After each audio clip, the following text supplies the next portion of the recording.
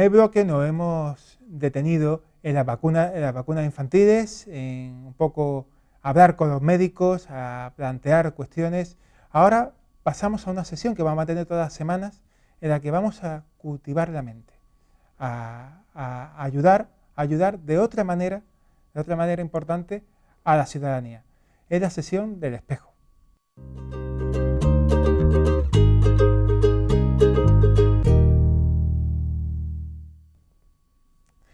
Para esta sesión del espejo vamos a tener todas las semanas al psicólogo clínico del Centro Kairis, Manuel Salgado.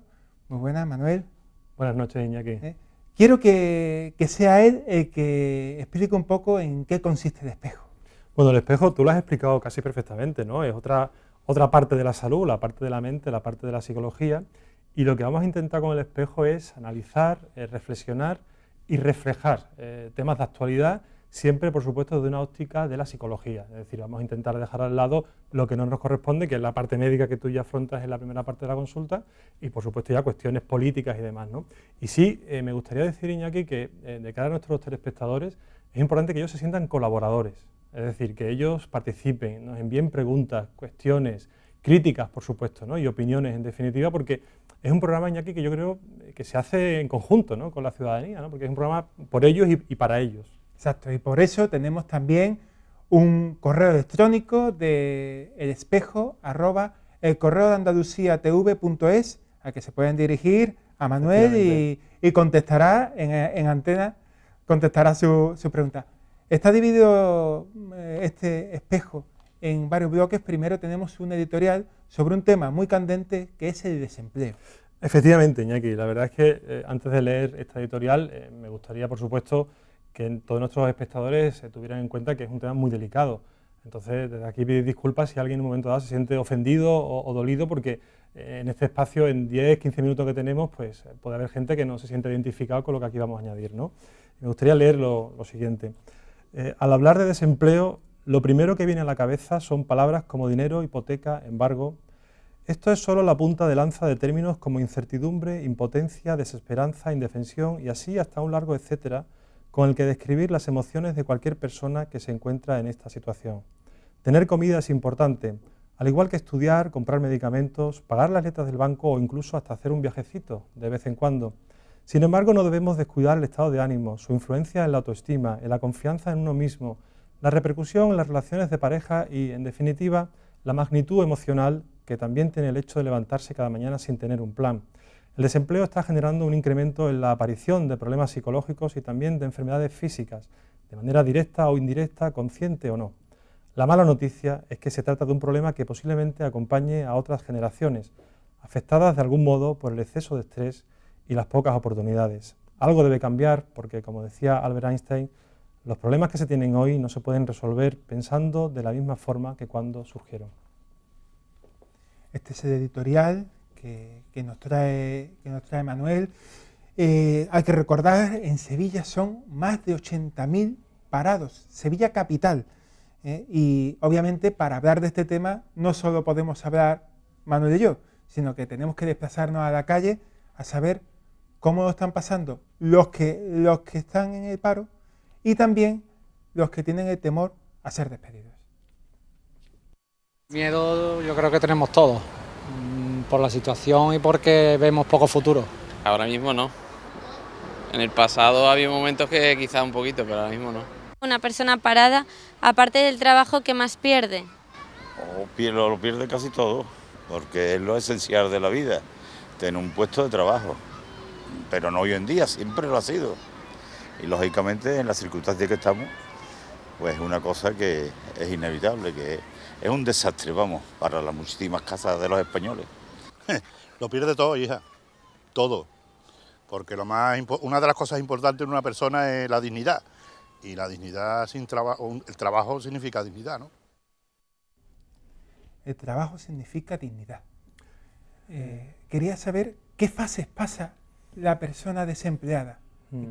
¿Cuál es ese periodo que pasa desde que le dicen que se ha quedado sin trabajo? Bueno, decir, como decíamos antes, Iñaki, es importante siempre manifestar ese respeto hacia las personas que nos están viendo, porque no queremos ser simplistas a la hora de explicar esto. Se habla de un síndrome del desempleado, entonces se establecen como tres fases, ¿no? Una primera fase, que es la fase optimista, que dura aproximadamente 2 meses o 8 semanas, que no siempre se cumple, es decir, no siempre se cumple esa fase. Puede haber espectadores que nos estén escuchando en este momento o viendo y nos digan, bueno, ahí lo podemos ver en pantalla, ¿no? Son 2 meses y hay gente que diga, bueno, pues yo en esa fase optimista no he estado 2 meses, he estado mucho menos. Pero normalmente es una fase en la que la persona tiene aún pues esa esperanza de encontrar un trabajo, de recuperar su empleo incluso antiguo, aquello de que me sonría la suerte. Una vez que pasan esos 2 meses entramos en una fase obsesiva, la persona empieza a tener miedo, Iñaki, la persona empieza a dudar, empieza a perder la confianza, empieza a creer que realmente esta situación puede ser un poquito más larga de lo que esperaba. Esa fase puede prolongarse hasta 8 meses aproximadamente. Digo que esto es muy relativo, ¿eh? Puede haber personas que digan, pues yo ni 8 meses. Y después, a partir de los 8 meses, entramos ya en una fase un tanto apática, una fase de desesperanza total, una fase que incluso pueden aparecer ya problemas psicológicos graves, como es la depresión, una fase en la que, bueno, la persona ahí tira la toalla prácticamente, empieza a pensar que su vida va a estar siempre así, y realmente es una fase muy complicada, porque si entramos en esa fase, Iñaki, las probabilidades de encontrar un empleo disminuyen muchísimo. Estamos hablando de esta situación. ¿Qué consejos, qué se le puede decir, teniendo en cuenta siempre ese respeto del caso por caso? Que cada caso es un mundo y hay que abordarlo de esa manera, muy individualizado. Pero, ¿qué consejos útiles o sugerencias se le puede plantear? Qué miedo me da esa palabra, sugerencia, y ya si me pidieras consejos, incluso casi renegaría, porque es muy difícil, claro, Iñaki, pero yo he anotado cinco grandes puntos a que tuvieran muy en cuenta, ¿no? Uno es aceptar el malestar. Y alguna persona que nos esté viendo puede decir, claro, aceptar el malestar, pero si al día siguiente de no tener empleo tengo problemas de hipoteca, ¿cómo se acepta eso, no? Bueno, aceptar el malestar significa asumir la realidad que le ha tocado en ese momento. Es decir, hay realidades que nos tocan y no se puede luchar contra ellas al minuto 1, hay que asimilarlas, ¿no? Hay que elaborarlas, como se dice en psicología. Otro punto importante es detectar y cambiar los pensamientos negativos, que nosotros los psicólogos, que le ponemos nombre a todo, Iñaki, llamamos pensamientos catastróficos, que son pensamientos de autosabotaje, son pensamientos que son generados por nosotros mismos y que nos están cortocircuitando todo el tiempo, ¿eh? Nos impiden avanzar. Un tercer punto es generar una rutina. Tú decías antes las personas sin trabajo. Yo prefiero utilizar personas sin empleo, porque la diferencia, Iñaki, está en que el empleo es remunerado, el trabajo es actividad, es decir, las amas de casa desarrollan un trabajo.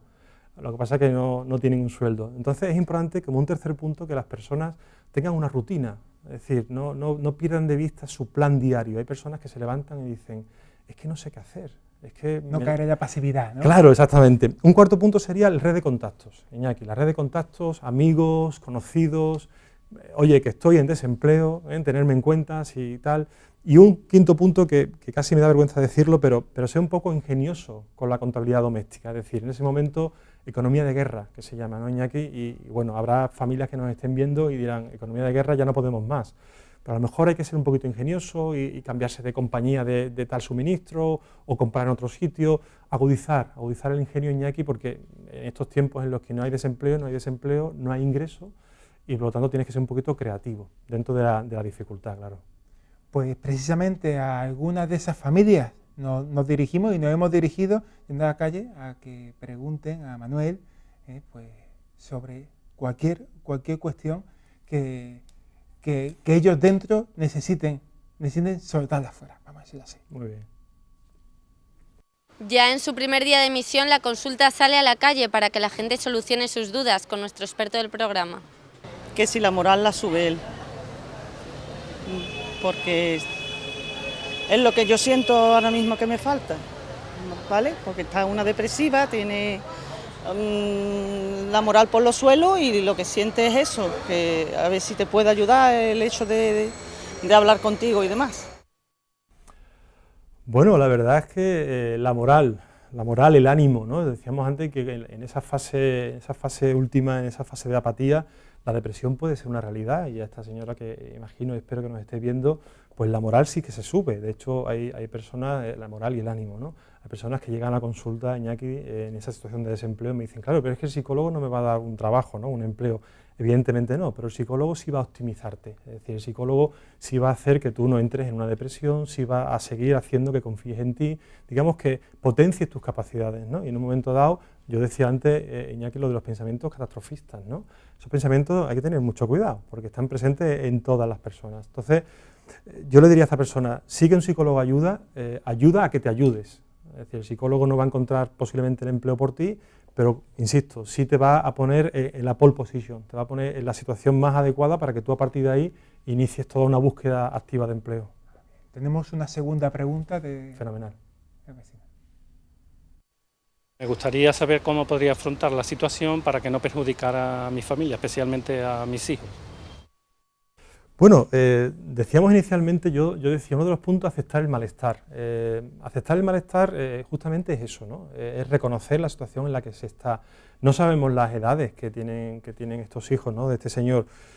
Hay que ser sinceros en la familia, es decir, hay que contar dentro de lo que se pueda, dentro de esas edades de los hijos, hay que ser sinceros y decir, mire, esta es la situación en la que estamos, estas son las circunstancias y hay que adaptarse un poco. Es decir, decíamos que hay que apoyarse en un entorno, hay que apoyarse en una red de amigos y ahí no debemos olvidar a la familia. Es decir, cuando una persona se queda desempleada en una familia, cuando además esa familia solo tiene esa persona ocupada anteriormente, no se queda la persona sin empleo, se queda la familia entera, porque es el único miembro que llevaba ingresos a casa. Entonces, es un trabajo conjunto. Es decir, yo a este hombre lo que le sugeriría es que no lo oculte, que lo hable abiertamente y que pida apoyo, y que pida ayuda, y que muestre. Tú decías antes lo de expresar y sacar hacia afuera. Es importante eso, ¿no? Sacar hacia afuera, se llama catarsis en psicología, es decir, liberar la tensión emocional a través de la palabra, diciéndoselo a su familia, a su mujer, incluso llorar, Iñaki, porque los hombres también lloran. Y tanto. Pues estos son dos bloques. Hay un tercer bloque, una sesión más íntima que Manuel va a entrevistar a personas que son auténticos ejemplos. Se titula esta sesión El ave fénix y os dejo con Manuel y con su invitada.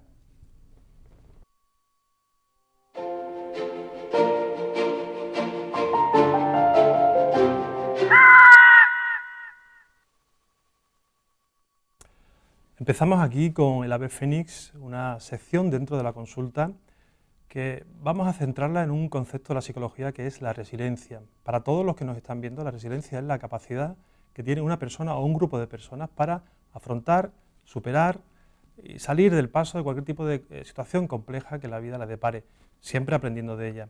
Para ello vamos a traer siempre a una persona, un personaje de la calle, no un personaje muy conocido, pero sí con muchos valores, para que nos explique sus herramientas, su capacidad para salir de esas situaciones que muchas veces pues, no encontramos la manera, ¿no? Y en esta ocasión hemos traído una persona que es una persona especial para todos, una persona que ha superado realmente unas dificultades importantes y bueno, es un placer para todos contar aquí con nosotros con Carmen Mudarra Vela. Carmen Mudarra Vela nace en Sevilla en 1971, es madre de un hijo, Andrés, que ya se acerca a la adolescencia. Su pasión es su hijo, sin olvidar a su familia, sus amigos, sus compañeros, su mundo. Estudió imagen en la Universidad de Sevilla y lleva 16 años trabajando en Canal Sur Televisión. Delegada de prevención, comprometida de forma activa con la defensa de los trabajadores, lucha por lo que cree que es justo. Tiene un dulce interés por el universo culinario, donde posiblemente la veremos algún día deleitándonos con sus habilidades. Carmen Mudarra, buenas noches y gracias por estar con nosotros. Muy buenas, gracias a ti por traerme. Cuando te llamaba por teléfono y tú me decías, ¿por qué yo? ¿Por qué tengo que ser la primera protagonista del ave fénix? La verdad es que sabemos que son muchas las razones, ¿no? Y yo quería un poco que tú nos explicaras a todos los espectadores un poco tu experiencia, un poco tu vida, ¿no? Que ha sido hasta ahora, esas vicisitudes que has pasado.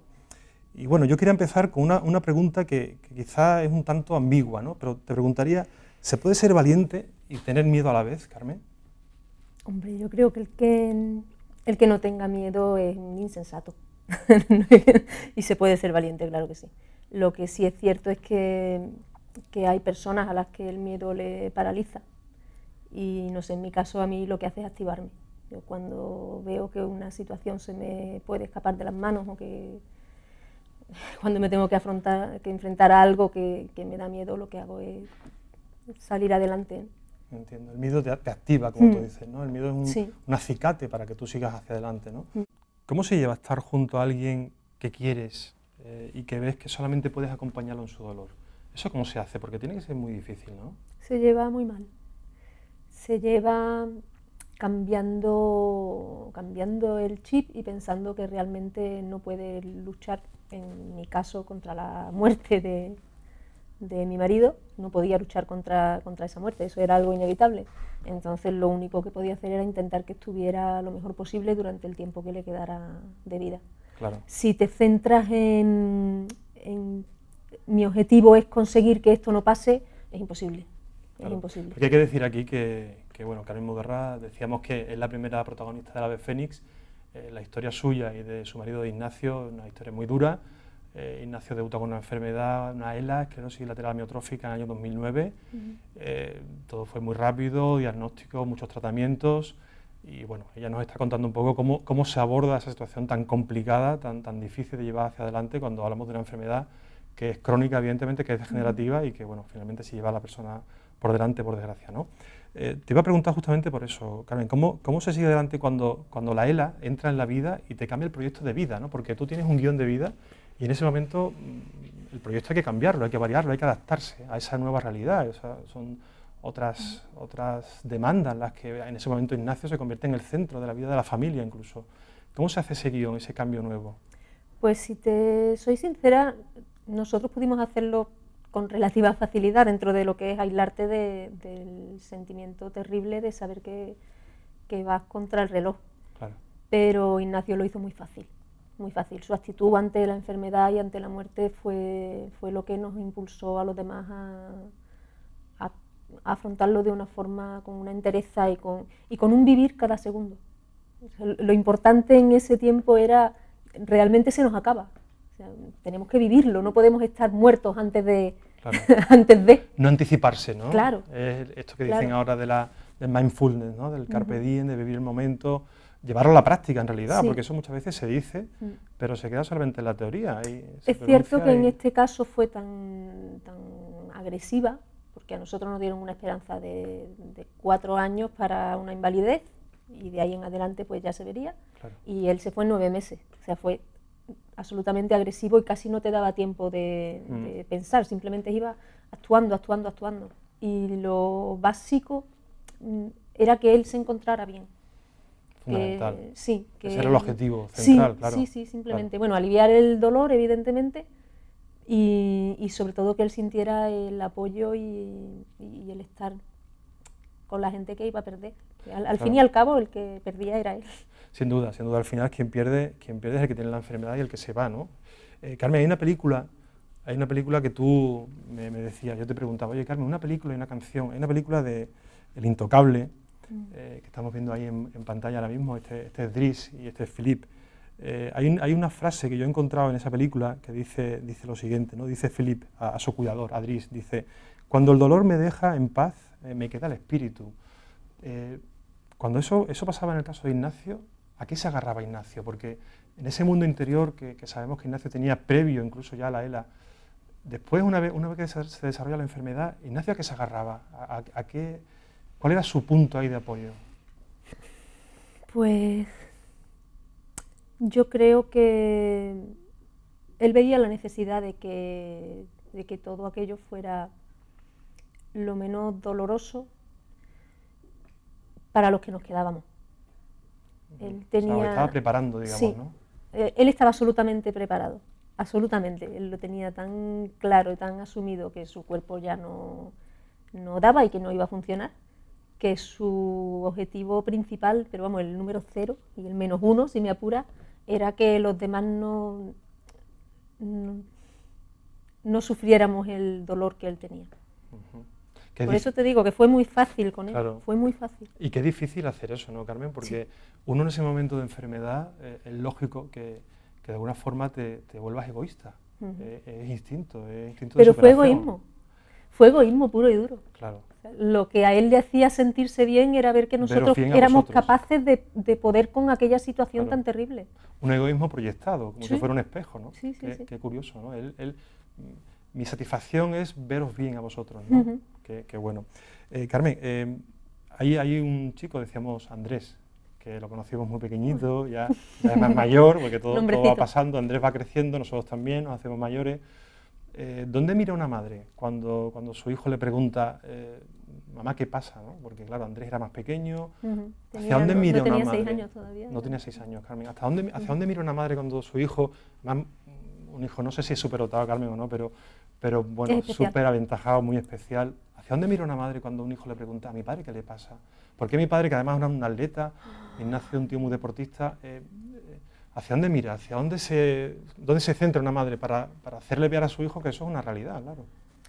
Pues yo creo que Andrés desde pequeñito, desde que recuerdo, desde el momento que nació casi, lo hemos tratado siempre como a un adulto, pero con un adulto con una capacidad de empatía que de verdad yo no conozco a nadie como ese niño, es una cosa increíble, ¿no? Entonces lo que procuramos desde el principio fue no ocultarle nada, entre otras cosas porque yo especialmente, que fui la que más tuvo que estar ahí al pie del cañón, creía que tenía absolutamente derecho a saber qué estaba pasando. Nosotros no somos especialmente religiosos, su padre no lo era, yo tampoco, y yo necesitaba que él entendiera. Él no tenía a lo mejor la facilidad que tienen otras personas de agarrarse a una explicación X. Yo tenía que darle las herramientas para que él le encontrara sentido a lo que estaba pasando. Y ese sentido no era ni más ni menos pues que la vida es un ciclo, que hay a quien se le acaba antes y a quien se le acaba después. La ciencia es lo que es, el cuerpo es lo que es. El cuerpo de su padre no estaba en condiciones de seguir adelante y su padre sigue estando con nosotros cada segundo de nuestras vidas. Es otra forma de estar, ¿verdad? No siempre es la forma física la que prevalece, ¿no? Él preguntó lo que quería saber, simplemente él se preocupó porque vio la evolución de su padre durante todo el tiempo.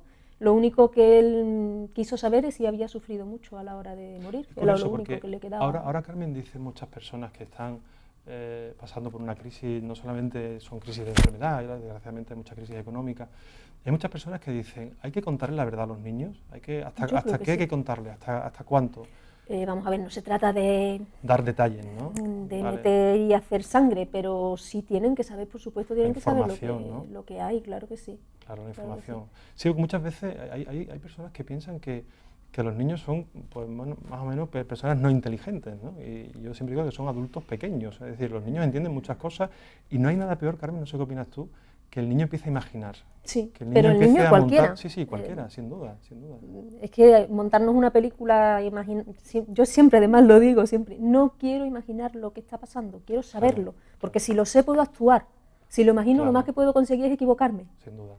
Y terminar haciendo las cosas sin sentido, ¿no? Fíjate, mal. Teníamos una tertulia aquí hace unas cuantas semanas en La Lupa, justamente sobre el ébola, esta enfermedad, tú sabes, ¿no? Y hablábamos justamente de eso, ¿no? De la información, de cómo se transmite la información, de cómo se ha manejado por parte del gobierno y demás el tema de la información. La gente quería saber, ¿no? Y tú me dices, mira, pues con el tema este nuestro, pues a Andrés se le informaba. Sí. Se le informaba y participaba. Él ayudaba a cuidar de su padre y estuvo conmigo hasta el último momento. Además, tuvo la oportunidad de despedirse de él y de cerrar ese ciclo. Es fundamental que cierre ese ciclo. Muy importante. Muy importante. Muchas veces a los niños se les deja al margen, como si realmente no pensaran o no sintieran, y es importante cerrar ese círculo, ese círculo de duelo que también pasan ellos, por supuesto, para que de alguna manera ellos sigan hacia adelante, porque bueno, Andrés tiene una vida maravillosa por delante y tenía que cerrar un poco esa historia, ¿no? Con su padre. Carmen, aparte de la película, te pedí una canción. No sé si tú lo recuerdas. Bebe. Creo que mi es disco de cabecera, ¿no? De cabecera, la tienes ahí siempre, ¿no? Ella es la canción, ¿no? Estamos escuchando ahora. ¿Qué te dice esta canción, Carmen? Porque hay una frase que yo he escuchado en esta canción, en la letra, que dice, te das cuenta de que el miedo se puede romper con un solo portazo, así como de golpe, ¿no? Como si cierras la puerta y sigues adelante. Sí. ¿Es lo que te dice la canción a ti un poco? ¿Te transmite eso, que hay que cerrar puertas para ir abriendo otras diferentes? Sí, y que tienes que ser valiente a pesar de tener miedo, que no te puedes paralizar, no te puede paralizar el miedo. Siempre hay que seguir un pasito más allá, un pasito. ¿Y si te paraliza? Porque hay gente que nos estarán viendo, Carmen, habrá Vamos a ver, no que dirán, significa que no tengas que parar en determinado momento. Claro. Yo necesito parar muchas veces, paro, analizo, exploto si tengo que explotar y sigo. Claro, claro. Pero tiene que ser simplemente un escaloncito más. Claro, decíamos al principio que el ave fénix va a estar centrado en la resiliencia, ¿no? Esa capacidad que tienen las personas o los grupos de personas para superar situaciones complejas. Y yo quiero aclarar que la resiliencia no significa que la persona no sufra y no tenga miedo. Es decir, a ver si vamos a entender, hay un ejemplo muy claro de resiliencia, Carmen, y es el de Christopher Reeve, el Superman, ¿no? Que yo digo que Superman, cuando se quedó tetrapléjico, ese era Superman. Ha sido Superman absoluto. Exactamente, ¿no? Entonces las personas con resiliencia también sufren, es decir, que tampoco nuestros espectadores piensen que, bueno, esta chica tiene la resiliencia por bandera, ella no sufre, ella no tiene miedo, ella no lo pasa mal. No es eso, ¿no, Carmen? No es justamente esa parte, ¿no? Que decimos, ¿no? No, también se pasa mal. Cada uno sufre a su manera, eso también es cierto. Yo somatizo. Por ejemplo. Yo somatizo. Hay quien grita, hay quien, no sé, que se enfada y se encierra en su mundo y no quiere saber nada de nadie. Cada uno lo hace de una manera, pero es necesario, absolutamente, madre mía. Sí, sería de nosotros si no lo hiciéramos. Claro, yo creo que es importantísimo el hecho de darse ese respiro, ¿no? Y esa posibilidad de decir, tengo miedo, no pasa nada, no sé lo que va a ocurrir con mi vida y ahora mismo la situación me supera. Eso no es de cobardes, eso no... Mira, tengo un amigo que siempre me recuerda la misma situación, que fue en la muerte de Ignacio. Lo típico, la gente cuando quiere ayudarte en estas situaciones siempre te suelen decir, ahora tienes que seguir adelante por tu hijo, por tu hijo, por tu hijo. Y en uno de esos momentos en los que alguien me dijo, tienes que seguir adelante por tu hijo, yo me paré y dije, ¿y yo qué? Tienes que ser capaz de parar y de decir, ¿y yo qué? Pues yo esto, o lo otro. Qué bueno. Pero tienes que ser capaz de parar, tienes que ser capaz de parar y de darte ese respiro. De parar, Carmen. Y por desgracia el tiempo se nos acaba en el ave fénix y es una pena. Se ha hecho muy cortito. Y tenemos que parar realmente, pero se ha hecho muy cortito y la verdad es que ha sido un placer tremendo. Yo quería pedirte, porque se trata de que todos nuestros espectadores realmente se lleven algo, algo del invitado o la invitada en este caso que lleven al programa. Y a mí me gustaría que tú, por favor, nos dejaras una frase tuya, ¿no? Es un atraco a mano armada. Sin duda, pero una frase tuya, una frase que posiblemente resuma todo lo que tú nos has transmitido aquí en esta entrevista del ave fénix, para que se quede un poco, y te pediría después que lo metiéramos en esa botella, porque la idea un poco es que todos nuestros invitados metan esa frase un poco en el recipiente, para que quede ahí un poco reservada, ¿no? Pues no sé, yo creo que mi frase, quizás la que a mí me acompaña siempre, es que siempre queda algo por hacer, siempre queda algo por intentar. Bueno, pues si eres tan amable, la escribes, por favor. Y mientras, bueno, estoy cogiendo aquí un objeto que por cortesía de la joyería Ruiz e Hijos, te vamos a hacer entrega por tu paso aquí en el ave fénix, en la consulta. Ha sido un placer que hayas sido la primera persona que pase por aquí, Carmen. Ha sido todo un placer para mí, personalmente, lo sabes de sobra, y para todo el equipo de Correo TV, pues seguramente estarán contentísimos contigo.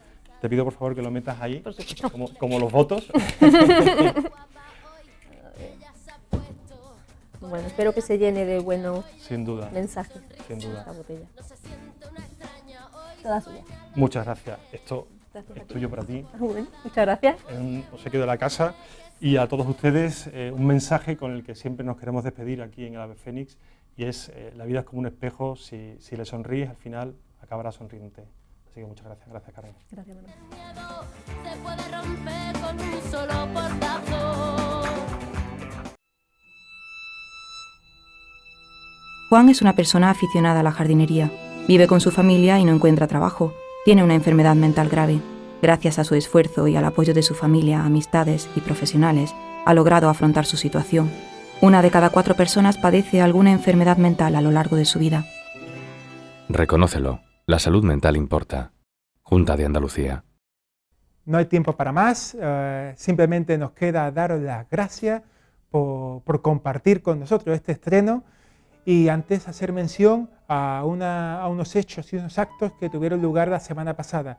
Recordemos que el mes de octubre es el mes de la afasia, que el 29 de octubre fue el Día Mundial del Ictus, y con motivo de estos días y de este mes se han desarrollado una serie de mesas informativas en el Hospital de Macarena, en el Hospital de Virgen de Rocío de Sevilla, pues informando un poco de cómo se puede prevenir, cómo se puede sanar, cómo se puede apoyar a todos estos pacientes que cada vez más sufren un ictus.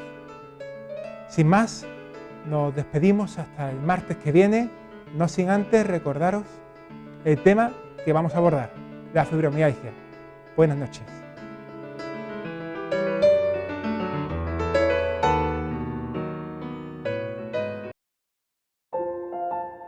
Este programa está patrocinado por Supermercados Más y el Real e Ilustrísimo Colegio de Médicos de Sevilla.